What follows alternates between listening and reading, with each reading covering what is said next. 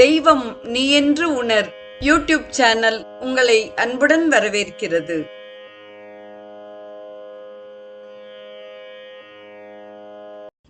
வாழிய செந்தமிழ் அன்பு நிறை உள்ளங்களுக்கு அன்பார்ந்த வணக்கங்கள்.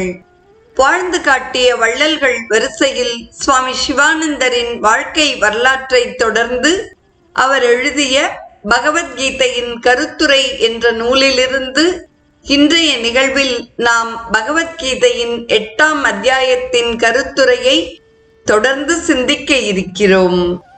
உலக வாழ்விற்கு ஒரு முடிவு உண்டு.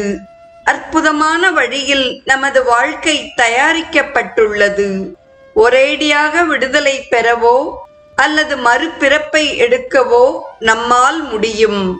பிறப்பு இறப்பு எனும் இருமையில் இருந்தும் உள்ள விடுதலையே மோட்சம் என்ற வீடு பேராகும். தனிப்பட்ட ஆத்மனுக்கு எவ்வித ஆசையோ நோக்கமோ உலகிற்கு திரும்பி வரும் தேவையோ கிடையாது. தனி மனிதன் கடவுளுடன் ஒன்றாகி விடுகிறான். கடவுளுடன் ஒன்றானவன் திரும்பவும் பிறப்பதில்லை. ஆசை நிறைந்தவன், கடவுளுடன் உள்ள ஒருமைப்பாட்டை உணராதவன் இந்த துக்கமயமான சம்சாரத்தில் மீண்டும் பிறப்பு எடுக்கிறான். நினைப்பது போல் ஆகிவிடுகிறீர்கள் என்பது மரணத்தின் போது முற்றிலும் உண்மையாகிவிடுகிறது. இந்த பிறப்பில் உள்ள கடைசி எண்ணத்திற்கு ஒத்ததாகவே இருக்கும் மறுபிறப்பு. உயிர் உடலை விட்டு பிரிகின்ற காலை கடவுளையே நினைத்து நின்றால் நீங்கள் கடவுளுடன் ஒன்றாகி விடுவது திண்ணம். தனது வாழ்வின் கடைசி வேளையில் மனிதனால் தன் மனதை அடக்கி நிறுத்த முடியாது.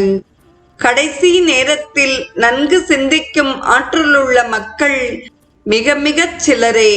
சாகும் வேளையில் யாரால் கடவுளை நினைக்க முடியும்?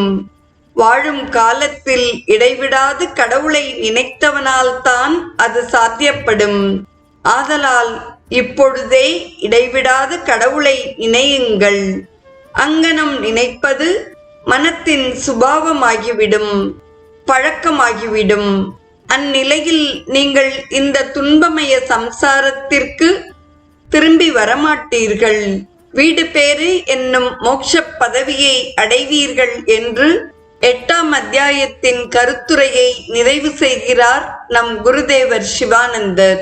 நாளைய நிகழ்வில் 9ஆம் அத்தியாயத்தின் கருத்துரையை நாம் தொடர்ந்து சிந்திப்போம்.